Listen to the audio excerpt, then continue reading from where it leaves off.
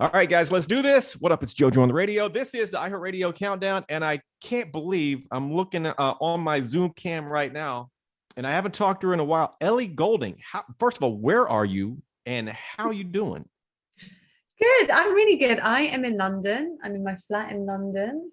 It's very hot outside, and yeah, all is well. All is well. We have so much to chat. Music, life, pretty much everything. Ellie, before I go into anything music and all this stuff, congrats. How is mom life? Give me a little, little something on Wow. that. Yeah, it's so surreal. It's amazing. I mean, it's tough. It's definitely one of those big challenges in life that just kind of hits you out of nowhere.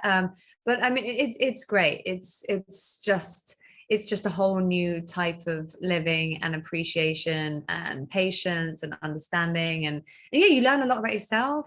You're just like learning something about them every day. And then you also start to see the joy in like teeny tiny things that you forgot about, like watching Right. him see things for the first time, like look at animals and read books. And so it's really cool. You start to just like, yeah, appreciate things again, which is nice. Has some of that funneled into the music in some way, whether direct or indirect? I know, maybe. I think maybe subconsciously you definitely feel more kind of fragile, more sensitive. So maybe that somehow kind of goes into the lyrics of it. I don't know. But I feel like I've been writing the whole time. I was writing the whole way through the pregnancy. I was hiding the pregnancy for a long time, and then popped him out, and then carried on in the studio. So I don't know. Maybe it has changed. I guess I'll see on the album, but the album is definitely not like a dedication to him. It's more like, I think it's more like the escapism away from all of that, and I'm just back to the music. So I don't know. And the hiding the pregnancy thing, that's one thing. Well, from a guy's perspective, you never ever ever ask a lady if she's pregnant. You just don't do Exactly. it ever. Exactly. So they couldn't do anything about it. Like clearly Right. some people knew, but like I was just like, I'm just bloated. I'm just really, really bloated today. And I would just wear like but I often wear like baggy stuff in the studio. So but it did get to a point where it was just silly, and I just had to be like, yes, yes, the game's up. Ellie, you are. I guess we're getting close to the release, or close-ish. I'm not sure of the release date. Your fifth studio album. Yeah. Give me some details. Is it pretty much done? Is it 90% done? What are we looking at here?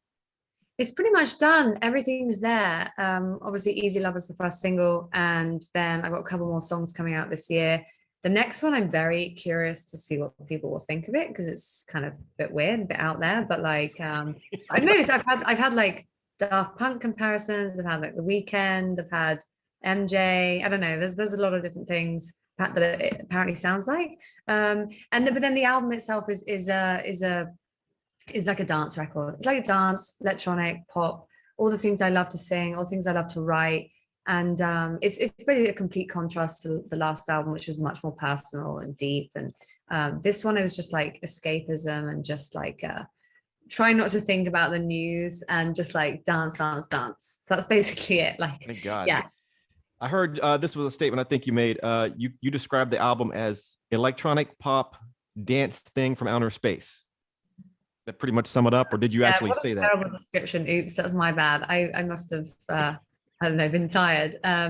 Yeah, excuse me. I like when it's kind of, I don't know, the idea that it's like outer space and it's like some kind of parallel universe. I don't know, a video game or something. I've been really enjoying playing this kind of alternative, I don't know, alter egos.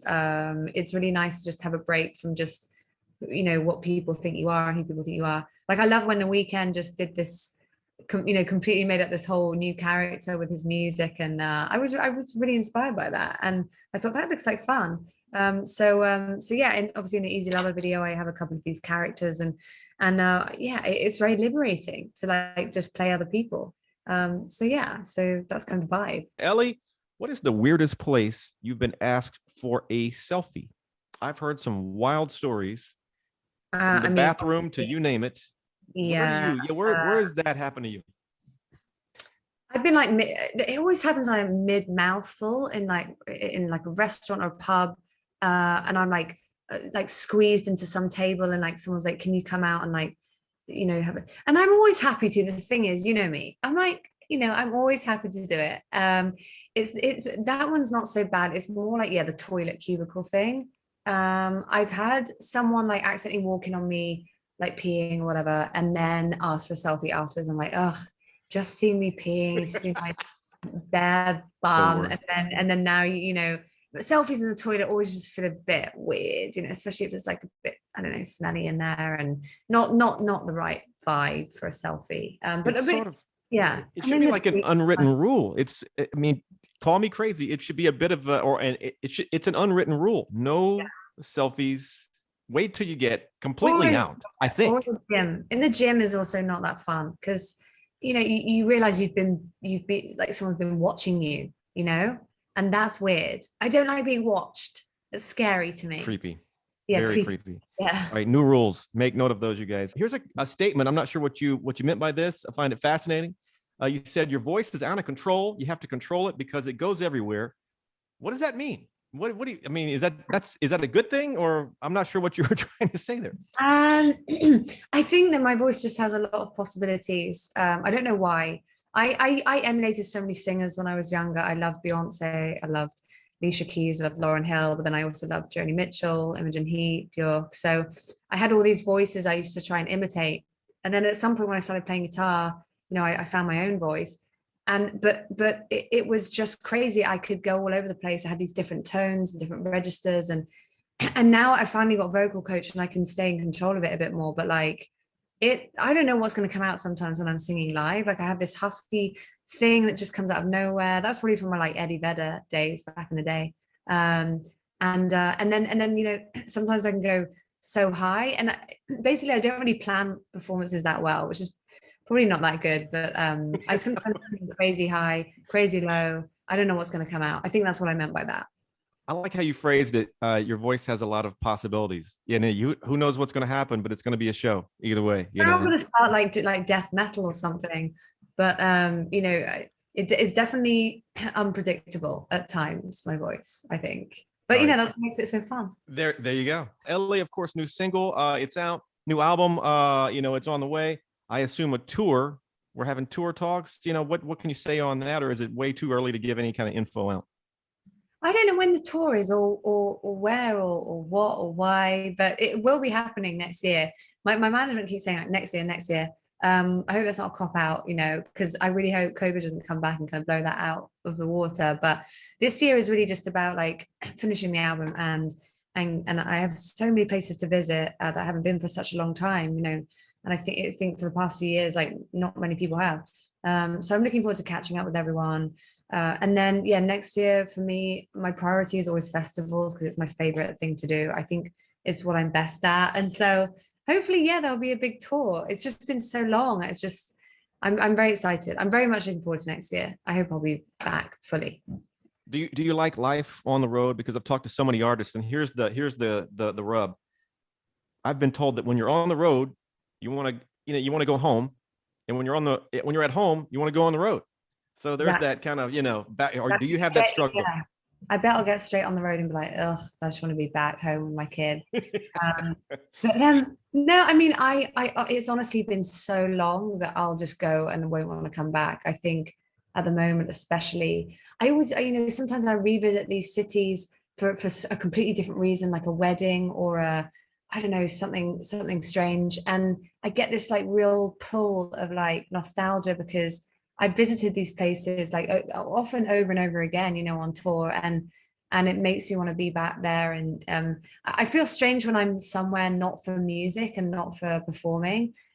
So I've had that feeling quite a lot. So I think it's telling me that I just really need to just like commit to like a tour and also just to be in the same room as fans and just have that feeling of connection again. I think that would be nice. Are you guys looking out for a tour? Details, who knows when? Soon-ish. Sorry. Yeah, well, no need to release info that's not, rock solid yet. So when it's Yeah. ready, it is ready. Ellie, when you tour, this is one of these stories or one of these topics that I'm super fascinated with.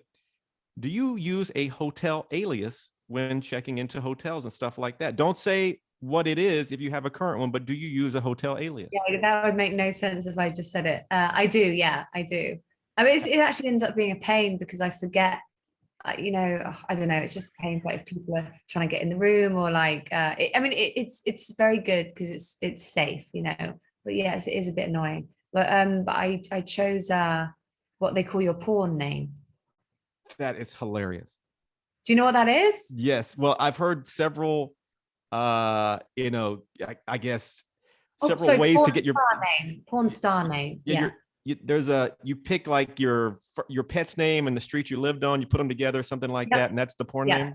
Exactly. Yeah. So But I don't use that one anymore. So even if someone's figured that out, which I'm sure one of my bigger fans might have, yeah, I don't use that one anymore. can you say what that name was, or is that Well, it was yeah, I guess I can now. It was actually no, I can't because I still use it for some things. Oh, gotcha. All But, right. it was a good one. It was a good one. I had a rabbit, and then it was like my mum's maiden name. But yeah, it was a good one. Ellie, Easy Lover, featuring Big Sean. First of all, have you known Sean for a while, or is this sort of a last second kind of just met kind of thing? No, I have. He sampled me a long time ago on his album, and we kind of just stayed in touch. And he honestly is like the nicest guy in the world. Agreed. Yeah, I was with him in the studio a few months ago, and God, he's just so sweet and married to like one of the most amazing, beautiful singers as well. But he played me his new album, which is just so good. Yeah, I don't know. We definitely have like a little connection, and I always wanted to do a track with him, and I sent him this one kind of as an experiment. I didn't think that he'd be into it, but he was, and he did the best verse on it that just sounded like he was there all along. And I loved it, and I look forward to performing it with him. He's been so supportive. He's been texting. So yeah, it's just yeah, it was perfect in the end. And what else should people know before I play this track, Ellie? Give me a little backstory. I wrote it about 5 years ago, but songs Oh, wow. stand the test of time now, as we can see from like TikTok and TV shows and whatever. But I always knew I had something special. And then finally my label caught up with me. So thanks guys for that. And yeah, and it was me and Julia Michaels wrote it just about, I don't know, some toxic guy being toxic and being annoying, and you always go back to them because it's exciting and passionate, and then the next day you feel like crap again, and then you just keep repeating the cycle. So it's like, I think it's like tale as old as time, but it's basically just like it's a fun song, but like I guess quite a serious-ish subject. I don't know, but yeah, also shares a title with Phil Collins, a Phil Collins song apparently. Ellie, two-part question. Why are you putting a can next to your head? That's not the question. That's why. Oh, because it's nice and cool? It's hot. Oh, the can's cool. The atmosphere is hot. That's why. I'm looking at Ellie on Zoom, and she has a can of I don't know what. Oh, next to her it's head. my drink served. Oh, promo. That's right. You're the CEO or co-owner of Served, right? Yeah, it's a hard seltzer, which we don't really have here. So even when I say to people here, like, oh, it's a hard seltzer, they're like, what? It's not really a thing here. Still, a lot of things are quite slow over here. So yeah, I'm still trying to make it happen here. It's doing really well though. It's doing really, really well. I need to have a glass of Served. Serve or served? I wish I could send some to you, but there's some kind of shipping issue with things from here that don't exist over there. I don't know, but I will still try. I'll still try my best. Ellie, two-part question. Mm-hmm. What do you consider your best live performance ever? It was near perfection, if not perfect. And then the complete flip of that, what do you consider your worst live performance? Everything went straight to hell. Give me both of those. Best live performance. It was definitely not perfect. I don't know if I've ever done a perfect live performance, but was probably what it had to be. When I sang to the Royals back in the day, and I've done it a few times now. But I remember I had half an hour to wait on stage before I sang Kate Williams' first dance at their wedding. And I remember I was like, you have no option then for this to go well. There's no option. And that's what you kind of have to do before every performance. But this one in particular, I was like, don't think like, oh, it will go okay. No, this is the one performance in the world that has to go well. So I think it probably did go well because I did something to my brain, tricked my brain. The worst performance was maybe I was sang an awards thing and they started the track way too early, and so I was singing live, but the track was just on track, so I was singing over it. and I came on halfway through, and I was so like, bummed out about it that I just probably half-assed it, and because first of all, the reason I was late on stage, well, I wasn't late, they just played the track early, it was because somebody was like pulling a piano from somewhere, and like some set from I guess a previous performer, and they were in the way, and they were shouting in French like for me to get out of the way, and I was like, I'm bloody going on stage. Oh my God. So it was just an absolute show, and it was rubbish, and I got very drunk afterwards. So there you go. I won't ask what show that was, but God, I would love to see the backstage, like you yelling. I'm sure it's out there somewhere. I'm sure it's there somewhere. Ellie, you mentioned earlier, and I did some research on this. You performed at, well, I think this is true. You performed on the main stage at every major music festival. I know you've done Coachella, Lollapalooza, Glastonbury. I mean, I must be missing a ton. Clearly, that's just 3. Is that true? Have you performed at every major festival main stage? That sounds about right. Yeah. I always get booked for festivals. But I also find it so cute the way you guys say Glastonbury. How do you say it? You guys say Glastonbury, which is like, I can imagine it's spelled like Glastonbury, like a berry. What's the correct? I think it's Glastonbury. Because it's bury like I don't know. I don't even know what the word is, but like Glastonbury. That's what we say, Glastonbury. So it's like brie, like the cheese brie. Glastonbury. Glastonbury. Yeah. Ellie, you probably know this about me. It's been a while since we've talked. I would imagine I have asked you this question before. I am obsessed with the paranormal, ghosts, UFOs, all that good stuff in between. I've got a podcast called Paranormalish. I am off the deep. Oh, very cool. Have you had a paranormal encounter? And the reason I ask is because a lot of artists, do a lot of traveling and whatnot. You stay in some hotels with some interesting histories. Sometimes there's a room and things go down. Have you had any sort of encounter? I mean, I'm not very good at sleeping. I always assume something's going on. Like it must be that, because I have to go around and lock all the doors, and I'm often by myself. And so, yeah, I make a lot of things up in my head, but they also might be there and real. But I don't know if I've had like a paranormal experience. But I don't know. Sometimes I wake up and feel like I see people. Is that one? I don't know. It's hard to say. Not sure. I guess let me transition into this question. Here's kind of what I'm leading to. If you on tour coming up, we think next year, something like that. Would you? How can I put this up? Next year when you go on tour, you're going to be staying in some nice hotels. Every now and then, some of these hotels have a history, a backstory, and there's always a room. Oh my God, room 217. That's where it happened. Would you request somewhere on tour, the haunted room, stay there for the night, and let me know what happens? 100%. I've definitely heard. Yeah, you can. The last hotel I stayed at in the States, I think, was when I was in DC doing the Joni Mitchell tribute thing for the honors program, and I stayed at the the hotel, the famous hotel, where the stuff went down. Oh, Watergate. Yes. Okay, yes. There we go. I stayed at the Watergate Hotel, and you can stay in that. And this is not very sexy, but you can stay in the room where it happened, but that's probably not quite the same. But maybe I don't think it's a haunted thing, but that's still a very historic thing. Yeah. But I am going to do the hotel thing that you said and ask to stay in the haunted room. And let me know all the details. I will. If you survive. And I won't want to sleep a wink. That's the problem. I need sleep to sing. I this is going to be problematic. Okay. I think it just wrecked one date on Ellie Goulding's tour, if she does that. Ellie, true or false? You made a statement. I'm not sure when you said this.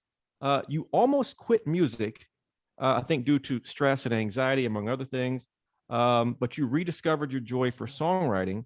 That's what got you back into it. Is that a true statement? And if so, can you kind of walk me through that? Yeah, I suppose so. I mean, I've always been kind of affected by anxiety.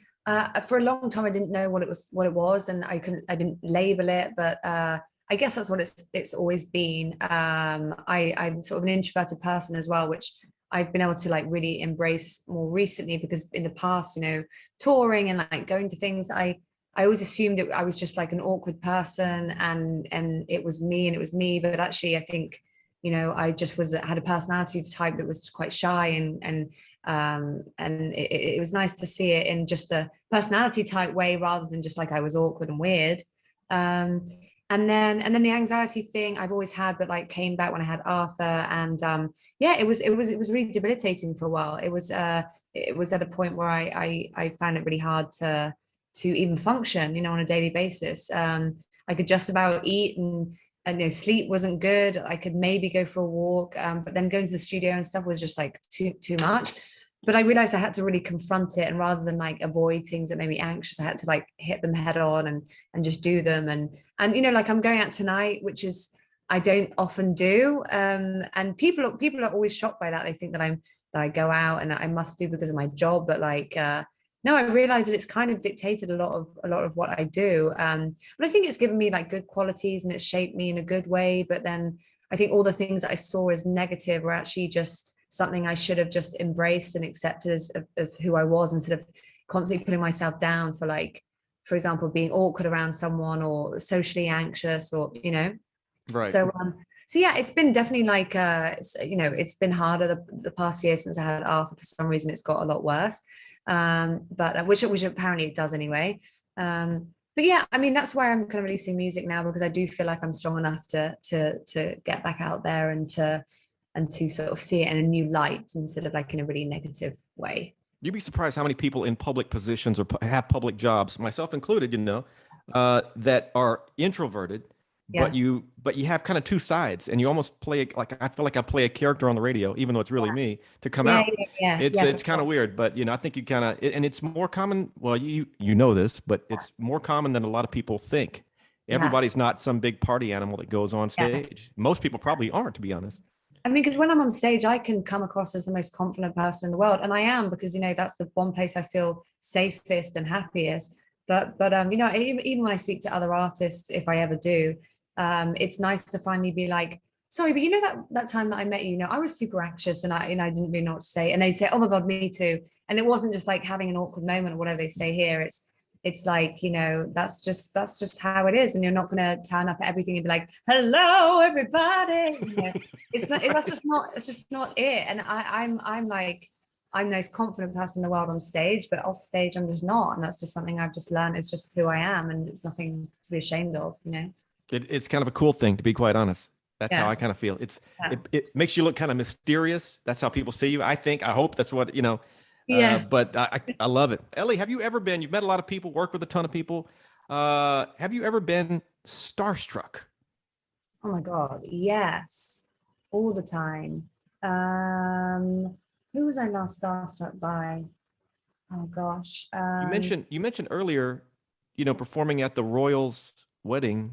That kind of pops in my head. I'm not sure if that is a starstruck moment for you, but that would I, be pretty yeah, wild to me anyway. the most starstruck that I've ever been is in front of the Queen, because she has this insane aura, and there was a very similar aura with recently when I went to the Wimbledon. I was sat on a lunch table with Dame Maggie Smith, and obviously she's Downton Abbey, and she's a legend, but like she's got a similar kind of vibe, where you just feel like they're so special, untouchable, and they just like walk through, and it's just this like these sparkles. And that's what it's like meeting the Queen. I've had the pleasure of meeting her a couple of times, and she's just amazing. And yeah, she's got an aura, very special aura.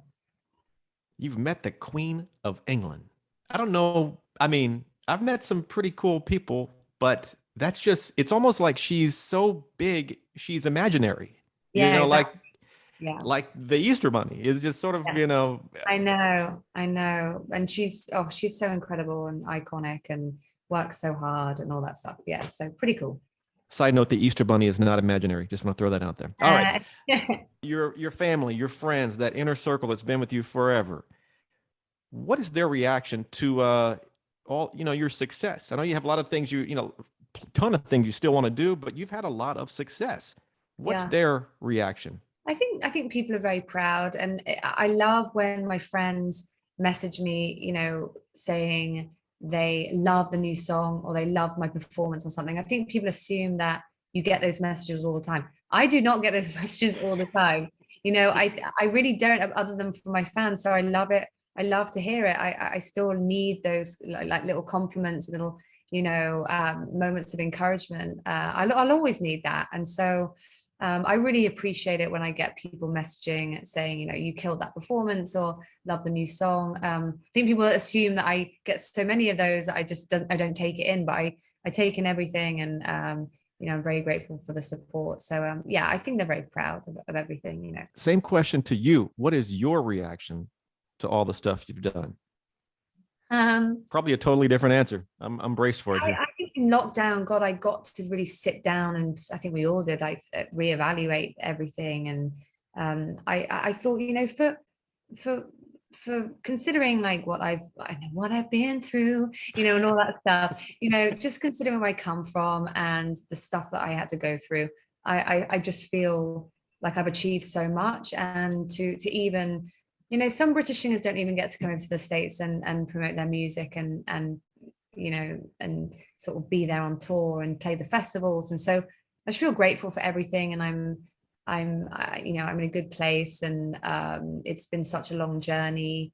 I don't know. It's just things always happen for me. And I don't know why, but like, if there's not like a song doing well, there's like a TikTok thing, or if there's not a TikTok thing, there's a viral thing. And so I just always feel like, I don't know what it is, but there seems to be like a good sort of universe, I don't know, energy for me. So I'm very grateful for that. Ellie, quick recap: Easy Lover featuring Big Sean. It's out. New album out soon. Tour, we're looking, sometime next year. I'm forgetting something. What else do people need to know? That climate change is real. Let me write that down. Climate change is real. Got that for sure. So can we please do something about it and keep fossil fuels in the ground from now on? I love how you have this other side of you that's completely, there's the mom, there's the musician, and then there's the activist. Yeah. And I should have touched on that earlier. Does that fuel you as much as music? Very much, especially at the moment. I really feel like, for want of a better expression, really feel like there's a boiling point now for environmental activism. I think it's no longer a choice. It's something we all have to participate in and we're responsible for, as well as, those big corporations that just don't seem to be taking responsibility. But, now at this point, I think we just all, for the greater good, just have to get involved and get together and eat less meat, eat less red meat. That's the first thing you can do. Amen to that. Ellie, thank you for your time. Love seeing you. Thank you so much for having me. It's so good to see you again, Jojo. Thank you. Of course. Ellie, at the end of every interview, fist bump to make it official. Tap that cam.